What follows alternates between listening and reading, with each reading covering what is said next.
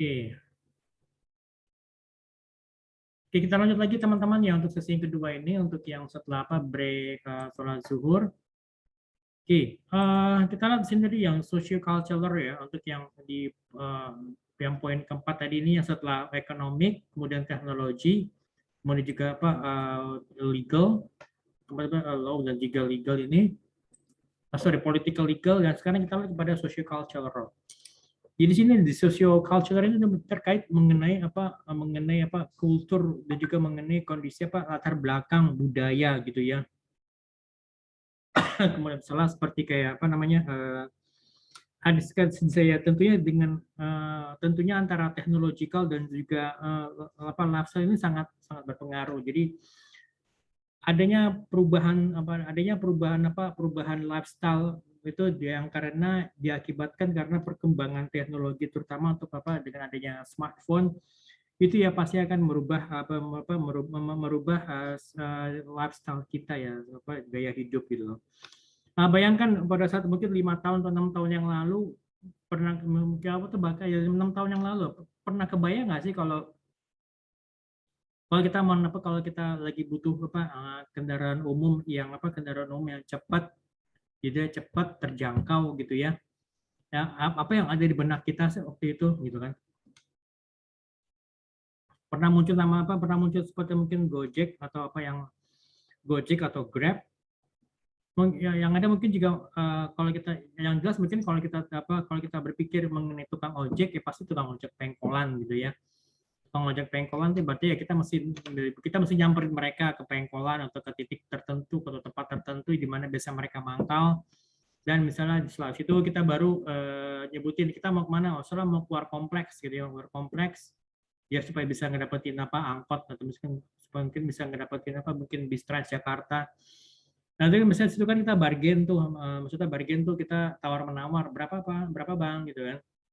30.000 deh, udah kok cuma jaraknya nggak jauh-jauh banget tuh 30.000 ya bisa kan mungkin ya udah alasan mungkin ini soalnya lagi mau hujan kah atau mau air misalnya udah mau hujan nih atau mungkin ya nih ya maksudnya apalah banyak alasan yang lain atau mungkin udah mau sore nih gitu kan, udah mau malam nih biasanya atau mungkin jarang angkotnya ya akhirnya ya walaupun juga kita bisa nawar juga pasti angkanya nggak beda, nggak jauh dari angka 30.000, mungkin ya di angka 25.000 atau bahkan syukur-syukur bisa di angka 20.000 gitu kan ya. Tapi sekarang kita lihat ya dengan adanya handphone ya kita bisa pesan ya kita bisa pesan ojek online ya kan, kita bisa tahu berapa biaya yang harus kita keluarkan gitu tanpa kita harus tarik urat lagi untuk tawar menawar gitu kan ya gitu kan. Dan juga ya itu kan seperti itu kan ya, syukur-syukur kita bisa dapat mungkin kendaraan yang bagus atau mungkin motor yang bagus gitu kan. Kemudian juga ya dengan adanya pandemi ini pasti akan merubah merubah gaya hidup gitu loh. Mungkin kalau kalian pernah dengar namanya 3D disrupsi jadi itu perubahan yang sifatnya besar-besaran.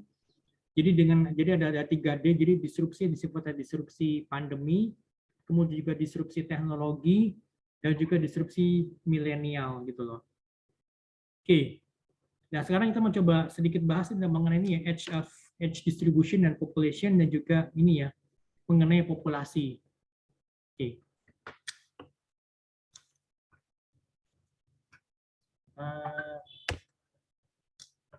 Oke, mungkin kalau kalian lihat di sini, kira-kira kalian masuk di mana nih? Oke, kita lihat misalnya dari yang generasi yang pertama ini, silent atau traditional generation gitu, mungkin generasi orang tua kalian atau mungkin generasi kakek nenek kalian atau mungkin generasi dari mbah buyut kalian gitu ya. Ya kan? Kita lihat di sini misalnya dari tahun silent generation itu yang lahir dari tahun 1928 sampai dengan tahun 1945 ada mungkin. Kakek nenek kakek kalian, eyang kalian, mbah buyut kalian mungkin ada yang lahir di tahun ini. Ini disebut dengan silent generation. Jadi kalau di tahun saat ini mungkin usia berkisar antara usia 76 sampai dengan usia 93 tahun. Gitu kan. Ya, apalagi kita di tahun 2045 ya, pasti usia udah ratusan gitu kan ya. Kemudian yang kedua, Boomers Generation yang lahir di tahun 1946 sampai dengan tahun 1964. Disebut dengan Boomers Generation apa? Karena ini ada terkait dengan adanya apa? Baby Boomers. Jadi angka kelahiran bayi yang tiba-tiba melonjak sejak Perang Dunia Kedua itu selesai gitu ya. Jadi ya sejak Perang Dunia Kedua selesai gitu kan ya, sejak Indonesia merdeka, mungkin juga sejak apa Jepang menyerah kalah kepada Amerika, juga di Jerman kalah perang gitu kan di Eropa, Jepang menyerah kalah kepada Amerika di apa di Pasifik gitu kan ya. Dan otomatis kan Perang Dunia Kedua selesai ya. Karena waktu itu kan Perang Dunia Kedua itu kan musuh utamanya adalah Jepang dan Jerman gitu kan. Dan kedua ini sudah kalah gitu di tahun 1945. Otomatis sejak itu ya orang ya misalnya ya mungkin banyak orang yang berpikir untuk menikah dan juga akhirnya apa menikah dan punya anak, walaupun mungkin saat itu ada banyak orang yang menikah tapi mereka menunda untuk memiliki anak karena mungkin apa karena situasi yang perang gitu kan.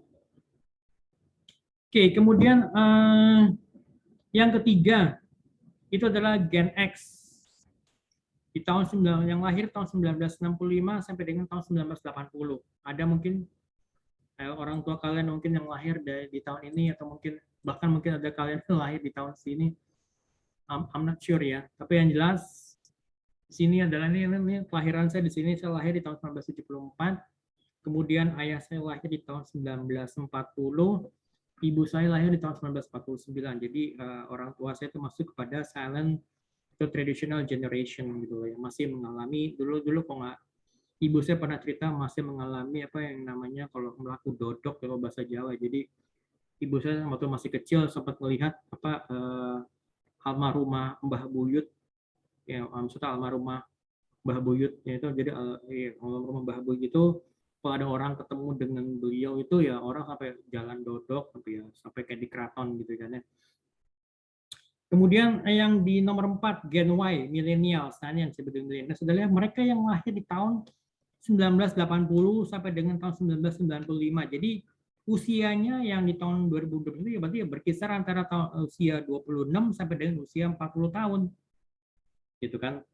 Nah, kemudian ada Gen Z, gitu, digital natives. Jadi yang lahir di tahun 1995 sampai dengan tahun 2010 gitu kan ya. Kira-kira siapa nih gitu loh. Oh, sorry, tahun 1996 sampai dengan 2010 nih, sorry saya salah ketik. Ini sekarang sih usia masih usia 11 sampai dengan usia paling tua tuh usia 25 tahun ya. Kemudian yang generation alpha yang lahir setelah tahun 2010 yang usia mungkin saat ini masih di bawah 10 tahun gitu kan ya. Dan ini kalau anak saya lahir di tahun 2007 berarti masuk pada Gen Z, digital natives gitu kan. Nah, ya seperti ini nah. Lalu apa hubungannya dengan tahun 2045 gitu kan. Ini sekedar intermezzo aja ya.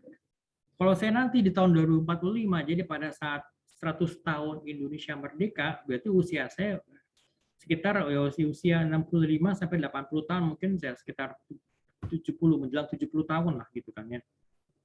Gitu. Nah, kemudian kalian yang masuk ke usia millennials berarti kalian itu di tahun 2045 itu usia kalian sekitar 50 sampai 64 tahun. Demikian juga dengan Gen Z itu usia 35 sampai dengan 49 gitu kan ya. Ini berarti yang nantinya yang akan menjadi pemimpin di tahun 2045 pada saat 100 tahun Indonesia merdeka adalah mereka yang masuk pada generasi millennials dan juga digital natives gitu kan ya. Mungkin juga saat ini yang kedua generasi ini yang generasi millennials dan digital natives juga sudah banyak yang masuk kepada pasar dunia kerja yang which is ini akan pastinya ya mempengaruhi apa namanya mempengaruhi lingkungan pekerjaan gitu kan ya. Bayangkan kalau kalian ini yang kita lihat di sini seperti apa sih nature atau sifat dari apa millennials dan juga digital natives kan. Millennials digital natives ini memiliki sifat multitask. Mungkin banyak pasti ya multitask itu dalam artian pada saat yang bersamaan kalian bisa mengerjakan beberapa tugas sekaligus gitu kan ya. Ya kalian kerja yang ngerjain di laptop atau mungkin kalau saat ini kayak misalkan kalian lagi Zoom meeting seperti ini mungkin juga kalian sembari mengakses smartphone kalian atau mungkin juga sembari mengakses gadget yang lain gitu kan. Kemudian juga ya sangat teknologi and media savvy, jadi sangat tergantung kepada teknologi, sifatnya transparan gitu kan, dan juga menginginkan adanya peningkatan karir gitu kan. Ya nggak peduli mereka pindah tempat ke tempat pindah kerja ke perusahaan lain atau tempat lain, walaupun misalnya gajinya mungkin nggak beda jauh atau mungkin bahkan sama aja, tapi mereka menginginkan adanya peningkatan karir gitu, peningkatan karir yang lebih baik gitu loh. Yang pasti juga yang di sini juga digital native di millennials memiliki sifat yang diverse gitu ya, sifat yang beragam, jadi menginginkan keragaman. Kemudian juga sifatnya memiliki sifat pragmatis gitu ya, team oriented, dan yang pasti yang ini loh, yang bisa dibilang ya, generasi instan, generasi menginginkan segala sesuatu itu secara cepat gitu.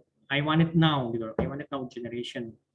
Ya kan, yang terbukti kan misalkan kalau kalian ya misalkan kalau gampang ini, kalau kalian misalnya mesen makanan, seberapa lama sih kalian ingin menunggu gitu loh.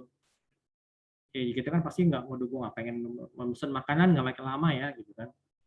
Nah, misalnya ya pastinya kan kalau ya ngantre pesen, kalau ya kalian misalnya mesen minuman boba atau apapun itu minuman, ya pasti kan kalian ngantre saat dibikinin selesai bayar oke, gitu kan ya. Kemudian juga memiliki sifat yang praktis dan juga result oriented. Ini yang ada pada generasi millennials dan digital natives. Ini pasti akan mempengaruhi pasar secara nggak langsung, gitu kan ya.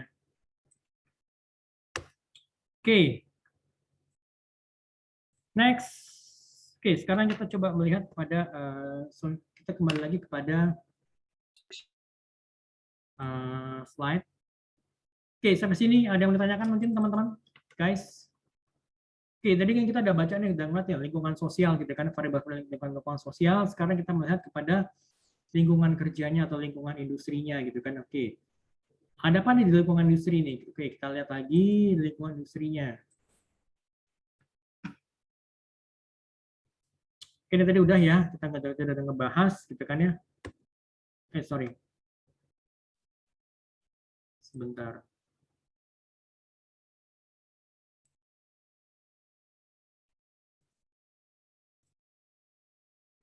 Oke, untuk lingkungan industri, apa sih yang berpengaruh? Ya pastinya kan adanya potential entrance. Jadi ini pemain baru yang masuk ke pasar, ya kan? Kemudian juga para buyer, para calon pembeli, konsumen kalian gitu kan. Kemudian juga di sini ada yang namanya pengganti, produk pengganti atau jasa pengganti yang lainnya. Jangan salah, misalkan gini, kira-kira kayak misalkan gini, seperti kayak misalnya saat ini siapa yang pagi ini baca koran Kompas atau koran fisik lah, koran fisik yang seperti ini, ada nggak teman-teman yang pernah baca koran seperti ini gitu loh? Siapa di antara kalian yang masih sempat baca koran gitu loh? Korannya sifatnya fisik ya gitu loh. Ada nggak? Ada nggak di antara teman-teman? Udah nggak ada, Pak. Wardah, Rizky? Nggak ada, Pak. Nggak ada, Pak. Nggak ada. Ya bayangkan ya, ini Kompas, tahu kan Kompas? Misal Kompas ini kan salah satu grup media cetak yang paling besar di Indonesia. Saya masih ingat sekarang ini Kompas tuh tipis banget gitu ya. Kalau kalian lihat tuh kan cemanya ada cuma sampai 16 halaman. Kelihatan nggak di layar kalian? Cuma sampai 16 halaman. Tapi 6 tahun yang lalu, saya kalau misalkan saya baca koran Kompas, itu kayaknya firm banget, maksudnya enak banget gitu loh. Karena apa? Karena tebel. Bisa sampai 32 halaman gitu loh. Walaupun bingung, gue mesti baca yang mana? Apakah saya harus membaca semuanya? Kan pastinya enggak gitu kan. Tapi pada saat saya memegang koran Kompas pada saat itu tuh sampai saya staples karena pakainya ada 2 bagian kan. 16 halaman yang pertama, kemudian 16 halaman berikutnya gitu loh. Itu sampai saya staples gitu loh. Saya staples cepret baru saya baca karena takutnya nanti tercecer-cecer gitu kan. Itu Kompas yang merupakan media cetak yang terbesar, satu media terbesar. Tapi sekarang kita lihat, kira-kira Kompas fokusnya kemana? Masih tetap ke media cetak yang koran itu, koran tradisional? Enggak. Sekarang Kompas sudah melebarkan sayapnya gitu loh. Karena dia merasa apa? Karena koran itu sudah tergantikan dengan apa? Bukan oleh media cetak lainnya, ya kan? Bukan karena pesaing lain, mungkin banyak pesaing lain seperti Kompas seperti Media Indonesia atau mungkin apa lagi tuh support apa Sindo, koran Sindo atau koran Tempo, tapi bukan karena pesaing sesama koran media cetak, tapi karena digantikan oleh media digital gitu loh, ya kan? Maka sekarang juga Kompas masuk kemana? Ke Kompas TV, masuk lagi kemana lagi? Masuk lagi ke mana? Ke mana? Ke banyak digital media lainnya gitu loh, ya kan? Seperti itu gitu loh. Makanya jadi Kompas itu apa namanya didisrupsi oleh digital media gitu loh. Kemudian juga TV.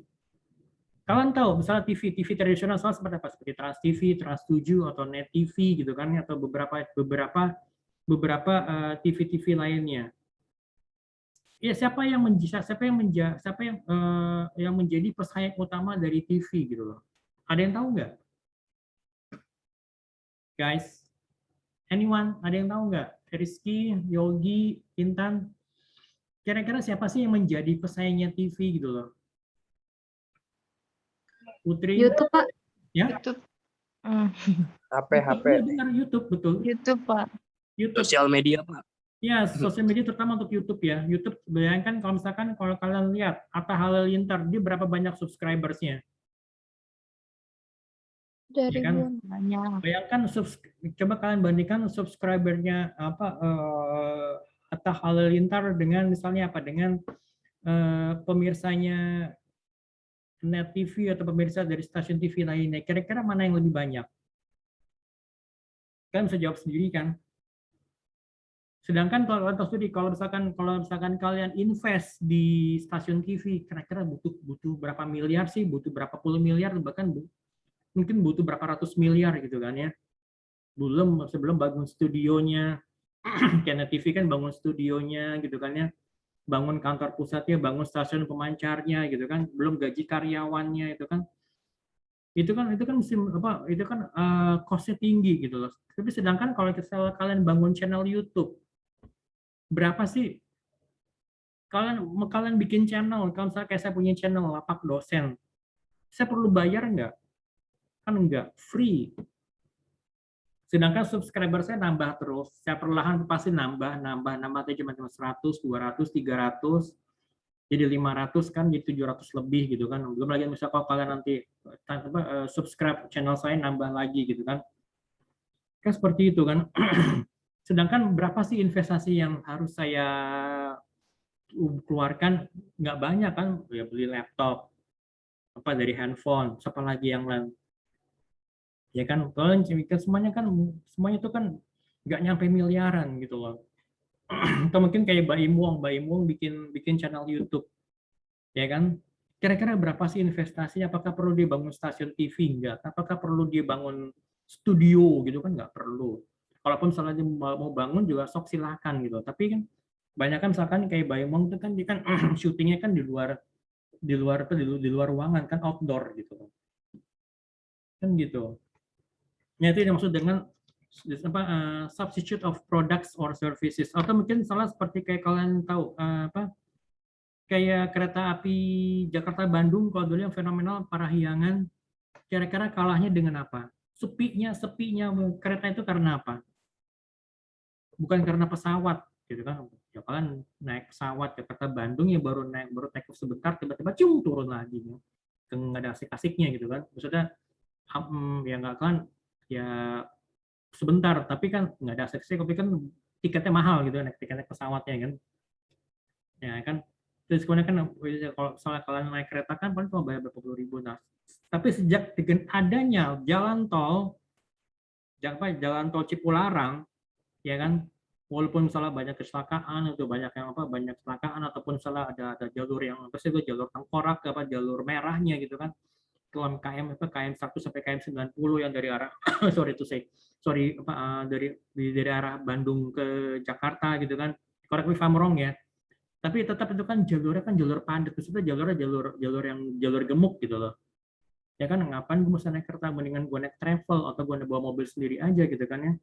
Kalau misalnya bareng keluarga, mendingan bawa mobil sendiri, gue naik kereta misalnya 7 orang, berapa karcis mesti gue bayar untuk sekali jalan dari Jakarta ke Bandung, ya kan? Nah seperti itu kan mikirnya. Nah, jadi akhirnya pada saat itu di sekitar tahun 2003-2004 ya, saya lupa, pada saat baru pertama kali awal Jalan Cipularang dibuka, itu kan masih sempat gratis tuh kan, wah tuh enak banget tuh. Terus akhirnya bayar, sempat berapa kali pun juga dikasih diskon kan pada saat hari raya gitu kan. Itu kan yang akhirnya yang menjadi pesaing utamanya dari kereta api Parahyangan loh, gitu loh. Itu yang makanya jadi kalian juga perlu memperhatikan kalau siapa sih pesaing gue, bisa jadi mungkin nanti pesaingnya itu atau bahkan mungkin yang mematikan usaha kita itu mungkin bukan dari pesaing, itu mungkin dari industri lainnya gitu loh, gitu kan. Oke, lalu selanjutnya adalah bargaining power of suppliers. Jadi ini ya supplier lah, ya kan. Kemudian juga sorry itu sini yang atas ini jadi bukannya bargaining power supplier, tapi ini pada stakeholders. Stakeholders itu adalah pihak-pihak yang berkepentingan. Ya di situ ya misalnya ya ada karyawan, ya ada owner perusahaannya, kemudian juga ada pemegang saham, ada juga masyarakat sekitarnya gitu kan, masyarakat di lingkungan sekitar perusahaan atau lingkungan sekitar misalkan kalau pabrik, di lingkungan sekitar pabrik gitu kan ya. Kemudian juga misalnya apalagi ada lagi mungkin juga pemerintah gitu kan, atau mungkin juga pemerintah atau mungkin juga ya pihak-pihak lain yang berkepentingan terhadap industri sini gitu loh. Gitu. Oke, sampai sini ada tanya teman-teman. Ada yang tanyakan? Monggo silakan sob. Kita balik lagi ke sini. Oke, ini udah ya tadi ya untuk yang lingkungan kerja industri. Kemudian juga ada lagi lingkungan internal. Nah, ini yang lingkungan internal berarti kan kita bicara mengenai lingkungan perusahaan kita atau organisasi kita gitu loh. Oke, apa itu? Oke, sekarang balik lagi ke sini. Here we go. Oke, di sini kalau kita lihat tadi ya di sini tadi mana tuh? Mana mouse-nya? Oke, tadi kan ada bukan di sini. Tadi kan ada apa? Ada yang namanya budaya, kemudian juga ada lagi yang namanya apa? Struktur. Jadi maksudnya saya balik lagi dulu deh. Ini kan kelihatan nggak di kalian ini? Jadi ada namanya tadi kan budaya, struktur, dan juga sumber daya. Jadi sumber daya yang dimiliki oleh usaha kita gitu loh. Jadi sumber daya nggak selalu sumber daya alam, bisa jadi mungkin sumber daya manusianya, sumber daya finansialnya gitu kan ya. Jadi kan sumber daya manusia, sumber daya finansial, sumber daya apalagi yang sumber daya asetnya gitu kan. Bisa jadi asetnya bisa jadi mungkin peralatan kantornya, pabriknya itu merupakan bagian dari sumber daya gitu loh. Oke, nah oke gitu ya teman-teman ya. Oke, saya coba masuk kepada tadi yang dua utama tadi ya. Masih ada waktu kan?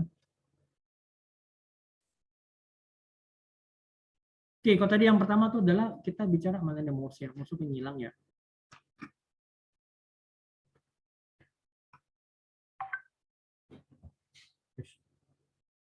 Oh ini dia.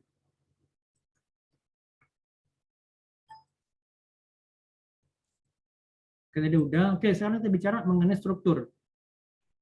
Di perusahaan itu pasti nggak mengenal ada yang namanya struktur gitu ya. Struktur itu jadi bagian struktur, jadi organizational structure. Yang paling simpel kita mulai itu dari yang seperti ini. Jadi ya antara owner bertindak sebagai manajer, kemudian di bawahnya ada para karyawannya gitu kan yang memang membantu owner dan juga membantu manajer ini. Jadi sini struktur yang paling simpel gitu loh. Terutama nih kalau misalnya bisa ketemukan pada saat di usaha-usaha sifatnya UMKM gitu ya. Usaha mikro kecil menengah ya. Jadi misalnya si ownernya, dan misalkan kan punya kedai kopi, owner punya kedai kopi ya dia juga owner gitu, merangkap sebagai manajernya, dia juga kadang merangkap sebagai baristanya mungkin gitu kan ya, mungkin dibantu oleh 2-3 orang karyawan gitu kan. Jadi ya langsung owner, manager, workersnya 3 orang ini gitu kan ya. Jadi total semuanya yang ada di kedai kopi itu ada 4 gitu kan. Atau mungkin ada 7, mungkin yang mereka bergantian gitu ya, shift, bekerja shift gitu kan. Misalnya kalau dia bukannya 12 jam sehari, berarti ya dia berarti ada bergantian gitu kan ya. Nah, ini jadi terutama ini untuk yang di usaha kecil menengah, jadi masih usahanya sifatnya masih keluarga gitu loh. Lalu di sini basic structure of corporation. Jadi ini yang strukturnya sifatnya fungsional. Jadi dari top management, kemudian di bawahnya ada manufacturing, jadi ada divisi manufacturing, divisi sales, divisi finance, juga divisi personel gitu kan. Ini sifatnya misalnya untuk yang perusahaan yang menengah ya, misalnya perusahaan menengah gitu ya. Jadi ini ya dia dibagi. Jadi ini sudah ada pengklasifikasian. Jadi sudah mulai sifatnya spesialisasi gitu ya. Mungkin juga ada yang orang marketingnya gitu kan, ada orang salesnya gitu kan. Nah seperti ini. Nah kemudian ini yang lebih kompleks lagi. Jadi untuk sifatnya lebih corporate ya. Perusahaan-perusahaan yang lebih besar. Jadi misalkan kayak perusahaan-perusahaan, katakan misalkan kalau di Amerika itu ada yang namanya General Motors, GM. Di General Motors itu kan ada yang undangane misalnya divisi Chrysler, menangannya divisi Ford, jadi dia menangani divisi Lincoln gitu kan. Demikian juga misalnya untuk di sini misalnya kayak di grup perusahaan besar seperti kayak di atau Toyota pakai di Astra Motor atau Astra International kan ada yang namanya Toyota Astra Motor, Astra Daihatsu Motor gitu kan ya, Astra Honda Motor itu kan sebenarnya tergabung pada misalnya Astra International gitu. Itu kan ya antara orang finance-nya Astra Daihatsu Motor dengan orang finance-nya Astra Honda Motor pasti kan akan berbeda gitu kan. Demikian juga orang manufacturing-nya Astra Honda Motor dengan orang manufacturing yang Toyota Astra Motor pasti akan berbeda gitu kan. Nggak mungkin ini saling bercampur gitu karena masing-masing sudah memiliki spesialisasi sendiri-sendiri gitu kan. Oke, sekarang kita juga bicara mengenai corporate culture. Apa itu corporate culture? Jadi budaya perusahaan. Jadi budaya perusahaan juga merupakan bagian dari internal perusahaan. Jadi corporate culture itu merupakan sekumpulan dari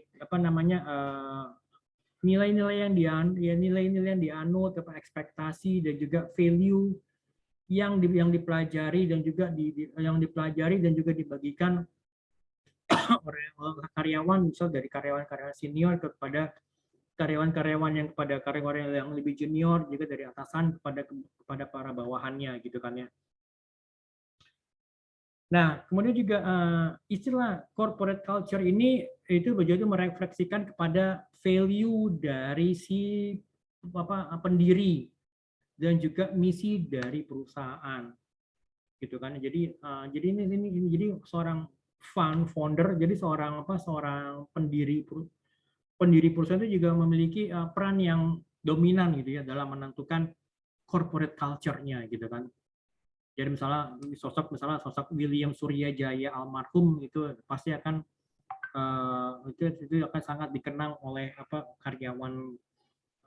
karyawan PT Astra International gitu kan, apalagi dengan nilai-nilainya dengan nilai-nilai yang dianutnya gitu kan ya. Kemudian juga corporate culture ini memberikan perusahaan ini sebagai identitas. Ini loh kami, gitu loh. This is who we are, this is what we do. Ini loh kami, misalnya Avian, perusahaan cat gitu. Ini loh kami Avian sebagai perusahaan cat yang terbesar di Indonesia gitu kan. This is what we do. Berarti Avian menyediakan cat gitu kan yang sesuaikan dengan iklim di negara Indonesia gitu kan. This is what we stand for. Ini yang akan kami lakukan selanjutnya kan, kami akan menjadi perusahaan cat yang terbesar di Indonesia gitu kan. Corporate culture has two distinct attributes. Jadi budaya perusahaan itu memiliki dua atribut yang utama, intensitas dan juga integration.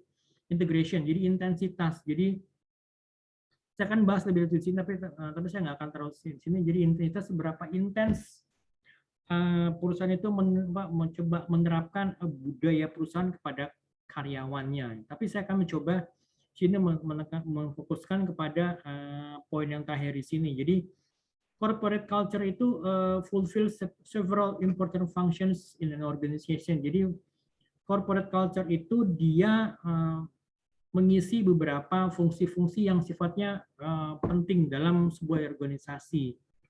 Jadi corporate culture itu dia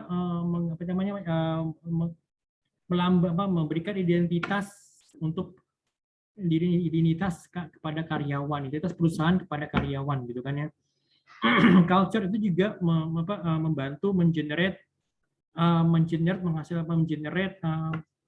komitmen dari karyawan kepada perusahaan, kepada sesuatu hal yang sifatnya itu lebih besar dibandingkan diri mereka sendiri. Ya pastinya akan diberikan kepada perusahaan, gitu kan. Lalu yang ketiga, culture itu juga membantu menstabilkan organisasi sebagai sebuah sistem sosial, gitu kan ya. Ya kan, misalnya budaya nilai-nilai gotong royong, nilai kerja keras itu yang akan menjadi sebuah budaya dalam perusahaan yang akan membantu perusahaan untuk bisa bertumbuh berkembang, gitu kan ya. Gitu. Oke, kemudian juga culture itu juga dia berfungsi sebagai sebuah frame bagi para karyawan sebagai guidance dan juga sebagai petunjuk bagi mereka pada saat mereka bekerja di kantor, gitu loh. Oke, begitu. Oke, nah sampai sini teman-teman, ada yang mau ditanyakan mungkin? Any questions, guys? Tidak, Pak. Oke, sebentar nih saya coba ini dulu ya. Sorry ini agak apa? Saya bikin dokumentasi dulu ya untuk absensi kalian ya.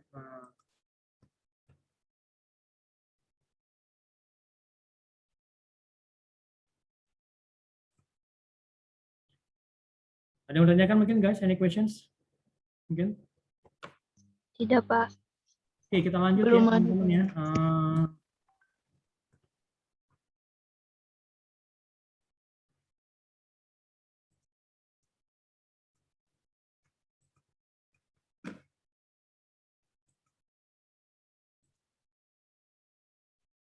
Oke, share screen. Oke, kita balik lagi ke sini ya. Sejarah perkembangan manajemen strategi. Oke, masih ada waktu 3-4 menit lagi. Jadi strategi yang sifatnya intuitif itu sekarang ini kalau untuk perusahaan-perusahaan yang besar itu tahu kan intuitif, jadi strategi yang berdasarkan dari berdasarkan intuisi dari ownernya, intuisi dari para direksinya itu sekarang udah nggak cocok lagi gitu ya. Karena apa? Karena semakin berkembangnya organisasi juga semakin berkembangnya teknologi kan, juga semakin cepatnya perubahan selera konsumen di pasar, itu pasti perusahaan yang pasti kan membutuhkan manajemen strategi. Jadi nggak bisa hanya berdasarkan dari intuisi dari para bosnya, intuisi dari para ownernya, gitu kan ya. Oke, nah ini kalian bisa baca sendiri. Nah ini kan sudah dijelaskan tadi mengenai strategi hierarki, kemudian juga strategi korporasi. Jadi kalian bisa coba cek lagi. Nah di sini untuk strategi bisnis tadi juga sudah dijelaskan di sini ya. Jadi sudah ada untuk strategi bisnis misalnya untuk ancaman pendatang baru, gitu kan ya. Daya bargainingnya dari supplier, gitu kan ya. Misalnya suppliernya nggak mau memasok karena mungkin karena bayar dulu dong yang kemarin, gitu loh. Yang kemarin belum dibayar nih, gitu kan. Apalagi sekarang kondisi mungkin usahanya lagi pemasukannya mungkin lagi nggak terlalu bagus, sedangkan ini kan bagus, tetapi kan produksinya kan tetap jalan terus, jadi akhirnya mungkin dicoba cari jalan tengah. Oke, dibayar dulu sebagian supaya nanti bisa dikirim lagi barang yang baru, gitu kan ya. Kemudian juga dari bargaining power-nya dari si pembeli kan juga sama kan. Jadi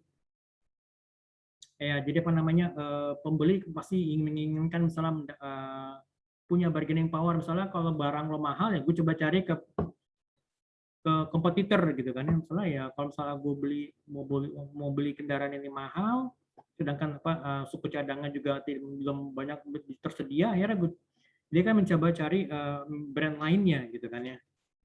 Kemudian juga ada produk-produk pengganti itu sudah jelas ya, kemudian juga persaingan antar kemudian juga ya adanya persaingan gitu ya, masuk ke pesaing baru itu kira-kira bagaimana gitu kan ya. Kita lihat misalnya antara Gojek dengan Grab, kira-kira mungkin nggak sih muncul pesaing yang baru dalam industri transportasi online gitu kan. Kalaupun misalnya kemunculan baru yang mungkin ya siapa tahu lokal di daerah gitu kan ya, yang which is mereka nggak bisa naik ke skala nasional gitu kan ya. Seperti itu. Oke.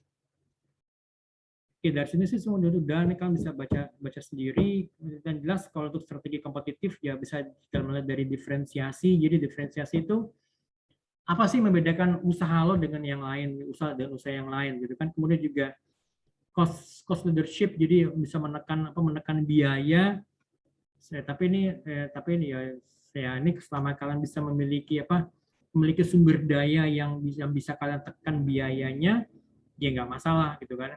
Kemudian juga ada lagi fokus kepada segmen pasar tertentu atau kepada kelompok pembeli tertentu. Jadi niche market, jadi benar-benar mainnya fokus gitu, hanya di daerah tertentu gitu kan, yang mungkin karena kalau dia coba naik ke going nasional ya dia nggak berani karena adanya pemain-pemain besar gitu kan ya gitu. Oke, sampai sini ada tanya mungkin teman-teman, any questions guys? Ini sudah semuanya udah lengkap, semuanya udah masuk ya? Sudah, Pak. Oke, saya masih ada waktu berapa lagi? Nening nggak ada.